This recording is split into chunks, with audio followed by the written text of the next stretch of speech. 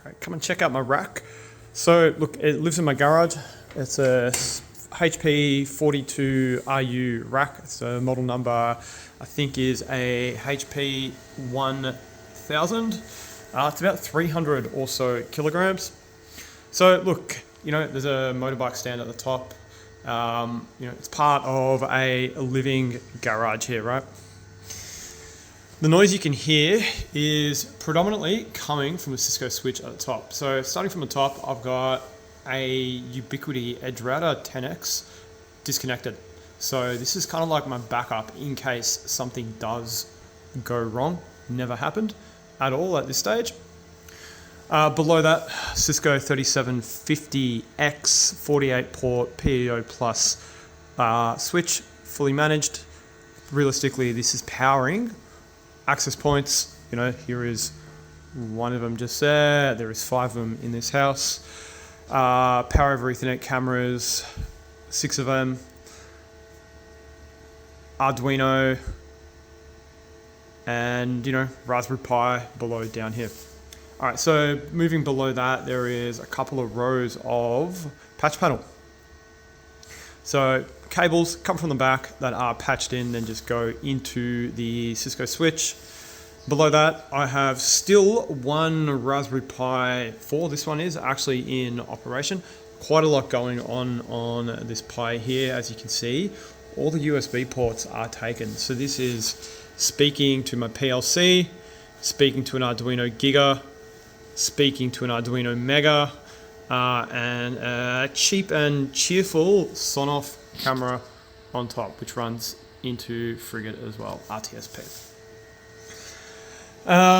Below that, rack Baldacchino, some kind of reminders for me of where things live, probably a little bit out of date. I have an alarm system in a range 2RU, so this controls things such as, doors, electric strikes in the house, and so on. And below that, so I just keep this over realistically to prevent as much dust as possible coming in. Here's my HP DL380 G9. We have 26 terabyte Seagate Exos drives and a couple of Samsung 870 EVOs. So this is all SATA over SAS. Keep a keyboard here as well. Even though whilst I could use ILO, it's sometimes just nice to come out here should issues arise. Below that, there is just sitting on the ground, so I can rotate within the enclosure here on the wheels. It's just a 27-inch HP screen. Some more power underneath here kind of comes in handy when powering things in the garage if need be. Moving to the back.